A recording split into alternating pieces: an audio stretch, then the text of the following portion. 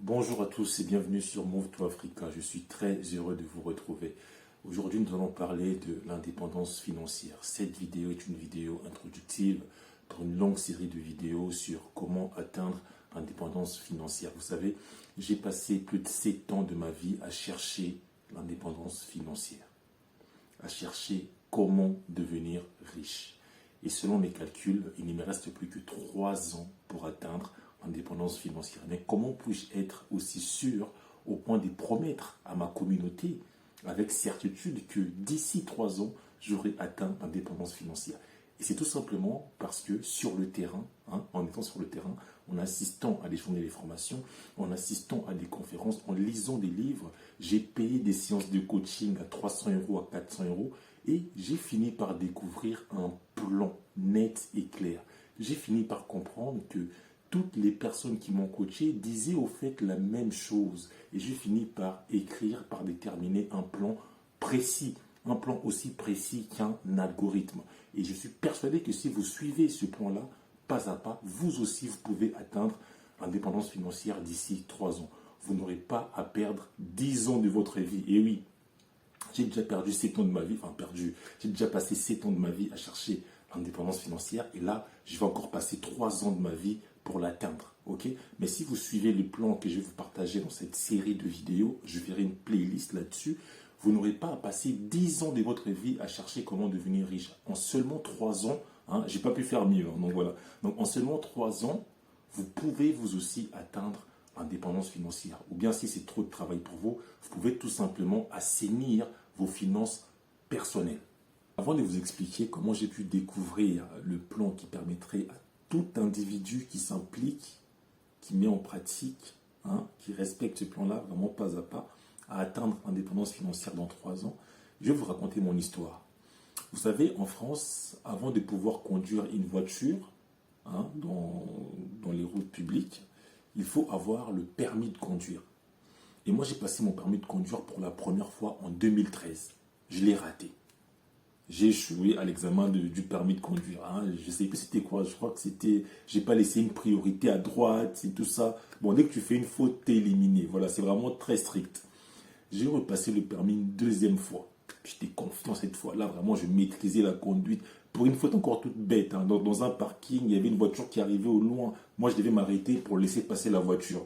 Et moi, je ne m'étais pas arrêté. Bon, l'examinateur a freiné, mais j'ai encore raté mon permis de conduire. Je me suis dit, bon, là, je trouve qu'ils sont un peu trop stricts. Je vais aller en province pour passer mon permis de conduire. J'ai pris mon billet, je suis allé en province. Et il faut savoir que quand tu vas en province, tu passes ton permis en accéléré. Ce n'est pas dans 1 an, dans 2 ans. Non, tu prends 2 semaines et tous les jours, tu conduis pendant 2 semaines jusqu'au jour de l'examen du permis de conduire. Donc, du coup, j'avais une monitrice, elle s'appelait Marianne. Donc, coucou Marianne, si tu passes par là. Donc, je conduisais avec elle, tous les jours. Donc, on a fini par se connaître, par apprendre à se connaître. Et un jour, elle me pose une question. Elle me dit, Michel, tu ne serais pas ingénieur en développement, quelque chose là? Je lui dis, comment ça, développement? Elle m'a dit, tu écrirais pas des lignes de code pour construire des sites web, des applications mobiles? Je dis, oui, mais c'est mon travail. Elle m'a dit, j'en étais sûr, Michel. Je dis, mais pourquoi? Elle m'a dit, parce que j'ai coaché il y a 2 semaines un autre gars qui venait de l'Île-de-France pour passer son permis de conduire en province et il avait le même raisonnement que toi. Je lui dis, ah bon?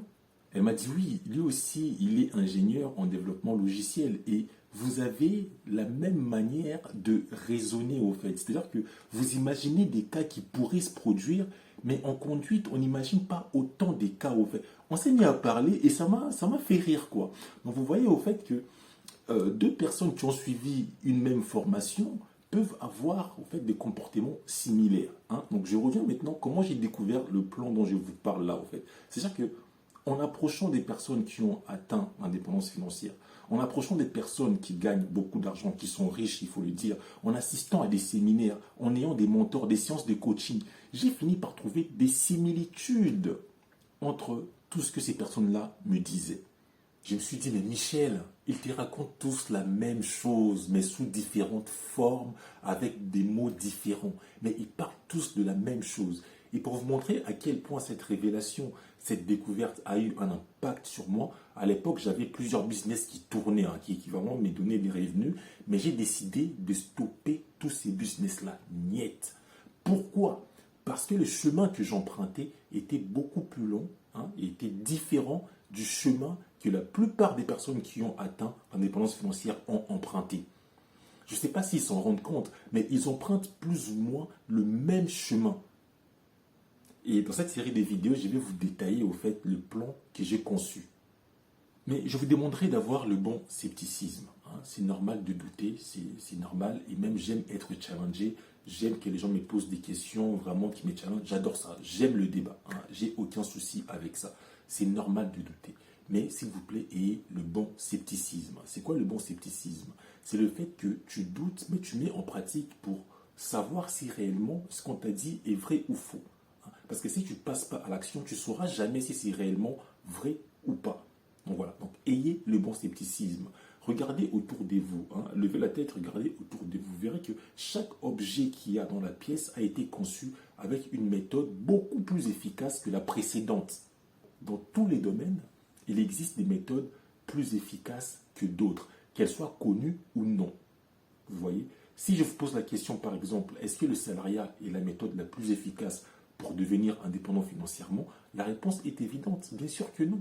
Parce que toutes les personnes qui ont atteint l'indépendance financière ont soit créé une entreprise, soit repris une entreprise. Je ne connais aucun salarié qui a atteint l'indépendance financière simplement en étant salarié. J'en connais aucun. Mais pourtant, la plupart des personnes sont tout simplement salariés. Mais ça ne signifie pas que le salariat est la meilleure méthode pour gagner de l'argent. Absolument pas. Vous voyez? Dans tous les domaines, je me répète encore, il existe des méthodes plus efficaces que d'autres, qu'elles soient connues ou pas. Voilà. Donc, ayez le bon scepticisme.